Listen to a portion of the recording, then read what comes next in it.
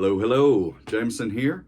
I'm going to give you a few tips on playing country style licks, bends, using the same scales we would use with any genre. Had a student who needed some of this specific instruction, and I thought I'd take the opportunity to make him a video and share some of this with you guys. So I got the old telly out, but it doesn't really matter. Obviously the tellies have that sound that's hard to replicate with another guitar. If you have whatever you have, just switch up to the neck, to your next position. If you don't have a selector and you only have volume and tone, turn your tone not quite all the way up, about 90%. This is a little hot here.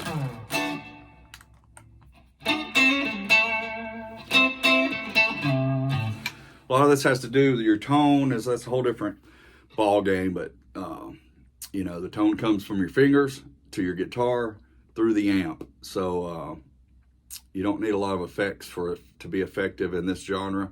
A little bit of reverb should do the trick every time. Delay, if you know how to work it properly and set it up. We're going to start with this 3-box scale. We're going to work out an A today. It's right in the middle of the fretboard. You got plenty of options both ways. So we'll be using this A root note, the open A root note, the octave A root note, and then our relative minor of A is F sharp. F sharp minor is the 6 of A. So we will use those notes as well. So you got an F sharp here, your octave, and then the one here, octave, and then these two. So we're gonna use all of those notes as a starting point today: root note and relative minor. So we're gonna start with our root note. This is what I call the 3-box scale, and the 3-box scale is simply that: it's 3 boxes. Okay, those are 4 notes, the same 4 notes repeated, and then there's a 5th note, which makes this a pentatonic scale. Penta means 5.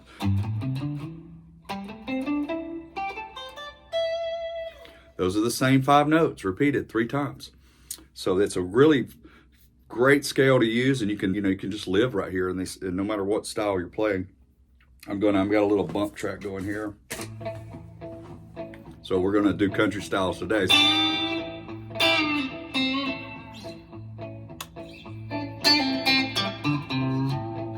I'm just gonna run the scale from top to bottom.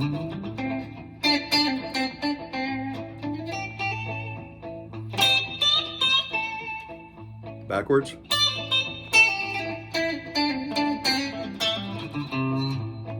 Back to your root note. If you know regular pentatonic,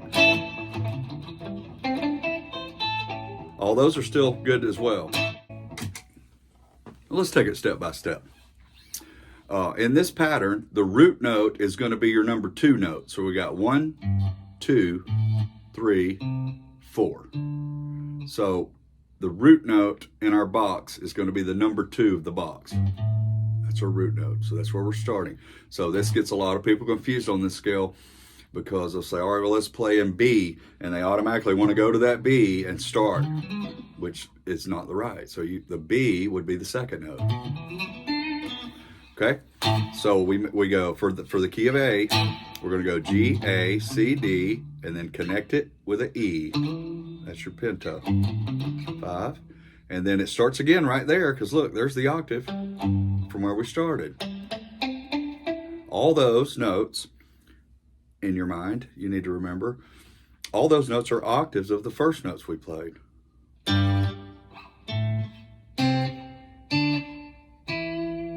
All right, now watch this mind blower. We're gonna go to the 3rd box. All those notes are octaves of the 2nd box.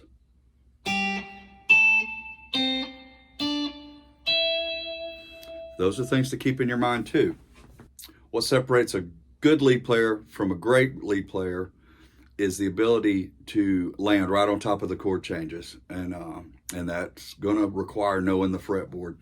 You can learn off the top string first, which gives you the bottom string, then go to the A string, and then I always advise going to octaves from there instead of just memorizing the D, G, and B string. Use octaves to connect that to what you've learned previously that's deeper in your brain, the top string, you know, and knowing that these octaves will be here for us. See? Run this scale a couple more times. I'm gonna run it slow first. And